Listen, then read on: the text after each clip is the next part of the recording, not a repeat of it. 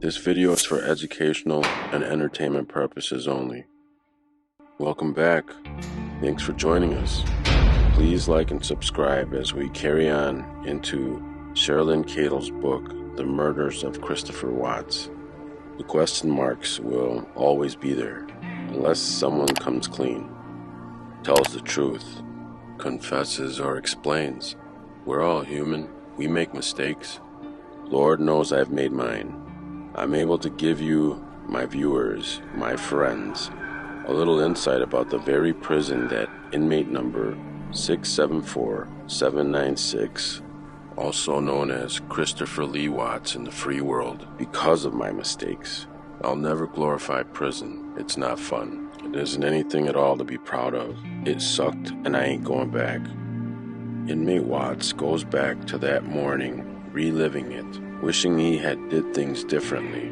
I promise. Inmates do it all the time. I've heard countless prisoners say it. Or if I had never jumped in the car with him, or I should have stayed home that night. Regret runs deep when the judge lays your ass down for a few calendars.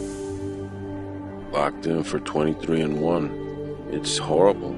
It's designed to keep humans in check. Prison will make a stone-cold killer turn to God for comfort.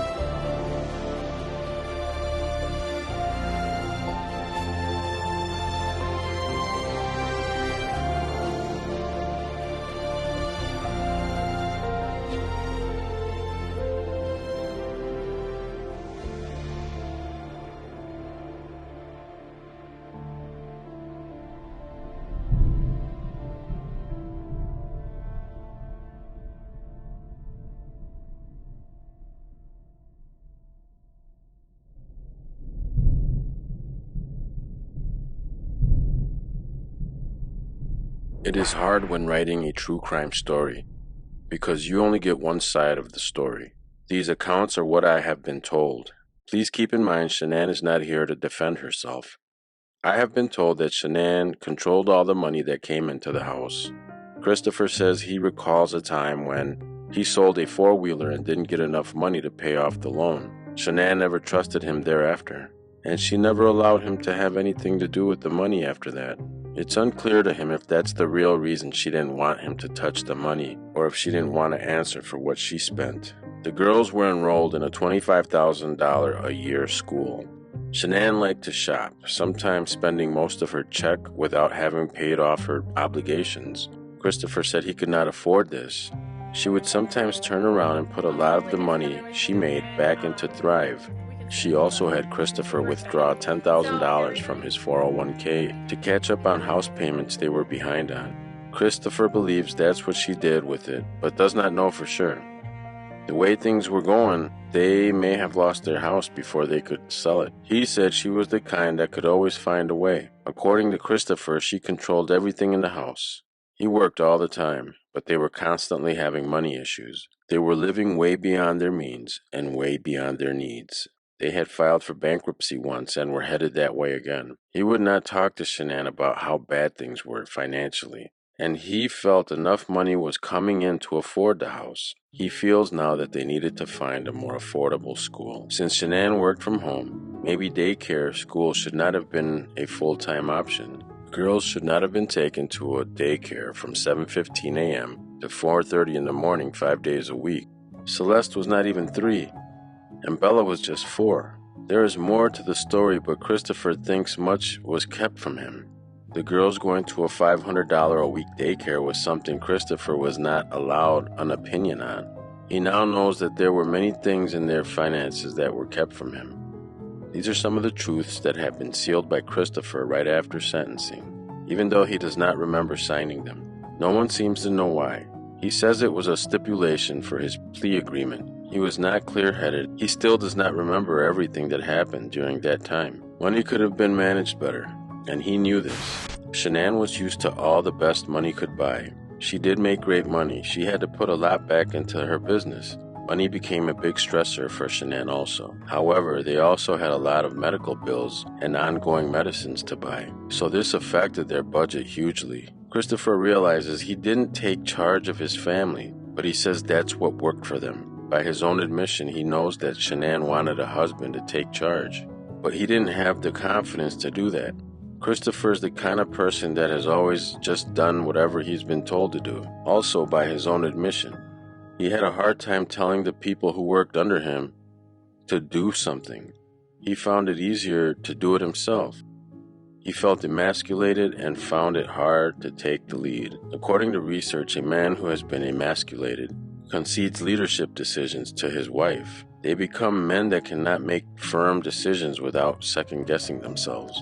Emasculation is said to reach what is called malignancy level, hence resulting in even killing if something devastating or bad happens to him. Many a man turns to alcohol. This alone can build resentment to the point it is not talked about and could come out in a dangerous way. It's not known if Shanann knew Christopher felt emasculated. Yet if he was such a quiet personality, how would Shanann know he was a simmering pot? Obviously he was afraid of her, if in fact he was, and that's why even up till the end, he did not tell her about Nikki. Under normal circumstances, a man would tell his wife it is over. It has happened millions of times. Maybe he thought over it. Shanann's reaction after the initial shock may not have been so bad, and he is divorcing and moving on. But even if it was, why couldn't he handle it? He never learned coping skills or how to be assertive. When asked about why he never spoke up, he said he didn't realize at the time it was so bad. It's just what worked for them as a family. It was their normal until he started realizing it was just not working for him. He realizes how it was building up and getting ready to implode. Yet there were times she was going off on him that he could purposely not say anything but only smile to himself as he thought about how he really felt. He knew better than to argue unless he wanted to go through a big ordeal. The last time he challenged her during an argument and tried to hold his own, she got very angry and screamed, "Get out of my house." He says she kicked him out and wouldn't even let him come home overnight. He said he had to do some huge please forgive me's to get back in the next day. He says that gave him the fear of going up against her.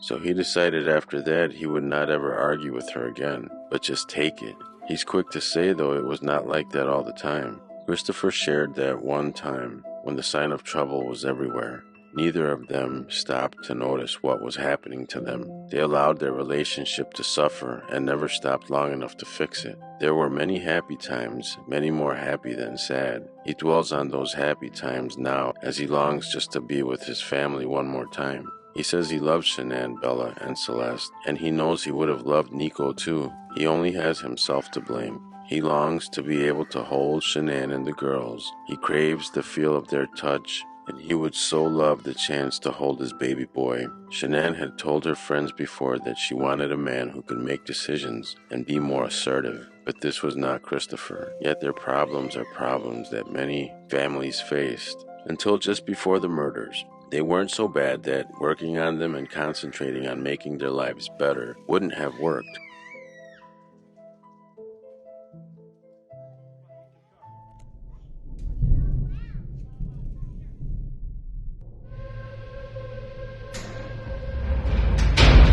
First we get Dodge, photo shoot. Tattoos get photographed. Smile inmate, get a badge and a DOC number. Evaluations, Hell Week. Bunked up with a stranger for a week. A shrink comes and talks to inmates about how we feel. Morning, inmate. Do you feel like hurting yourself or anyone else? Blood gets drawn and off to a unit you go. Talk about a bad situation. An inmate could be in there on a parole violation for a year and a day, celled up with someone for a triple murder. They don't give a damn. They place you where you fit. Prisons are overcrowded. Things can get real bad if a CO makes a mistake and put someone like Chris Watts in a bullpen full of career criminals with nothing to lose. Chris was too high profile at the time of his arrival. Everyone knows after a decade, accidents happen. Guards get loose or transferred, they retire, and some rookie comes in and pulls the wrong guy out of his cell. Next thing you know, the floor is getting a red paint job. Sometimes a CO will get a bad vibe from an inmate, find out about his offenses, and will set him up, look the other way. Like I said, prison is a whole different world, a city within a city, with its own rules and politics. Those in general population better have that paperwork ready coming in. Can't just take a seat at any table without your papers in hand. Inmates want to know who's sitting at the table, so if your charges aren't right, you might as well check it in at the door and request protected confinement.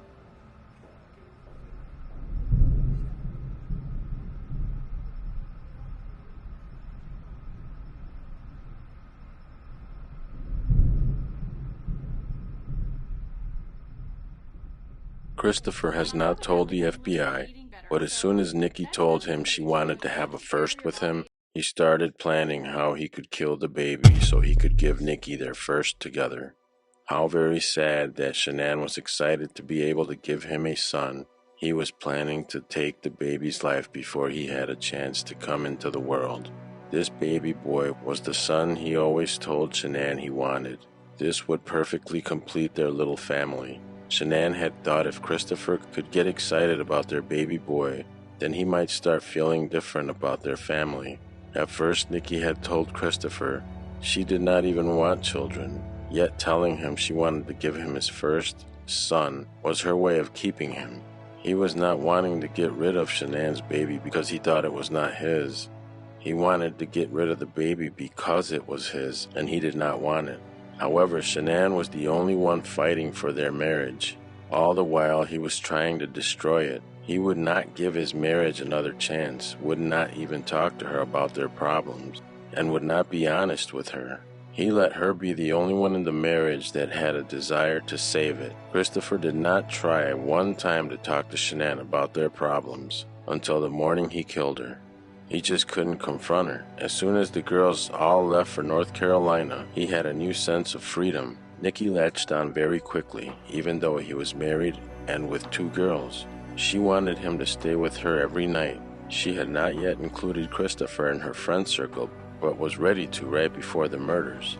In the past, she had been in an abusive relationship, so when it was over, she deleted most of her social media.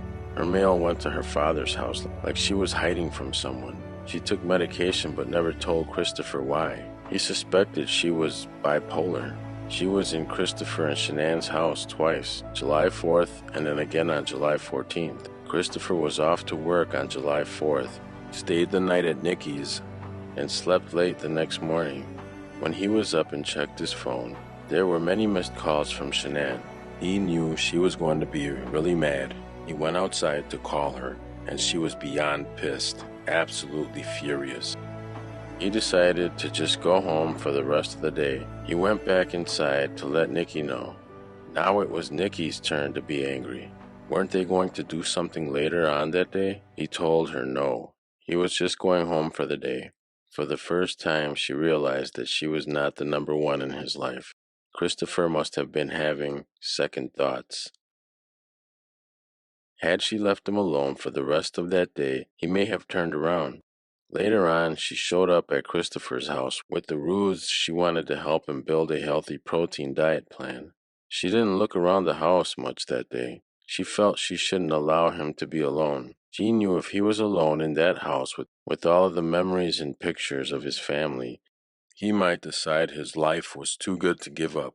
Or maybe there was love deep inside for his family that could be brought to the surface again.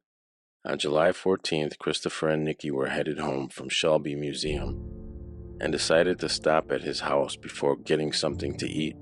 There, Nikki played with Dieter, the family dog, which led her upstairs. This time she could see what things were like in their life and all the pictures of Bella, Celeste, and Shanann. She came downstairs with the most frozen, dazed, confused look on her face. She realized for the first time the life he was living and the family that would be broken into pieces because of their affair. He saw the look of despair and put his arms around her, leading her to the couch. As they lay on the couch, she said to him, "You have all this, more than most people, and we are doing this. Why are we doing this? Are you willing to give all this up? Is your relationship with your wife that bad?" He told her that he and Shanann had drifted apart. They didn't talk anymore. He was not even sure in his own head that he believed that fully. Yet he could see the deficit in their relationship. He then told her that before he started seeing her, he and Shanann had actually decided to have a baby. More signs that he was having second thoughts. She freaked out and started yelling, "What the f*** are you doing with me then?" He saw something in her that he had not seen before that made him take notice. Your relationship couldn't be that bad if you and Shanann were trying to conceive. Even though he tried to get her to stay and talk to him, she left the house, went out to her truck, and sat there for 30 minutes texting him. Whatever he said to her as he was texting back to her had worked. In his words, he talked her off the cliff, and she wanted him to make her feel better, to come after her. But he didn't. As he thought about it, he realized this is one of the things that turned him on about her. She allowed him to calm her down by telling her he did not want another baby with Shanann. He withheld the information that Shanann was already pregnant. He told her the plans to have another baby were before he had met Nikki. It had been a way to possibly save their marriage, but it wasn't working. He really didn't think Shanann was looking at it that way. I believe she was thinking they decided together to have a third baby, and they were blessed it was going to be a boy. Nikki came back into the house. She told him he was the only man she ever met who tried to fix problems, smooth it over, and talk things through. He thought ironically he never tried to do that with Shanann. He knew she probably wouldn't listen to him, yet he realized he didn't give her a chance. They had never really talked about things. He had always just let her make the decisions. Nikki asked him then to come over to her house as if nothing ever happened. They went back to her house and made love. She tried for it to be hot, passionate love and did some of the things that would normally turn him on, but this time their lovemaking felt different. He felt the guilt rush back to him, and he really didn't want to be there. When they made love, Nikki even felt it was different. They normally would have 3 or 4 times a day. After that happened, she said sex was down to 1 or 2 times daily. When they finished making love, she told him, "I got mad because I thought I could give you your first son. When you told me you and your wife were trying to have a baby, that made me feel really mad, and it scared me." That made him much more confident in his relationship with her. After all that, Christopher and Nikki went to the Bendamar races on July 21st and camping in the mountains on July 28th and 29th.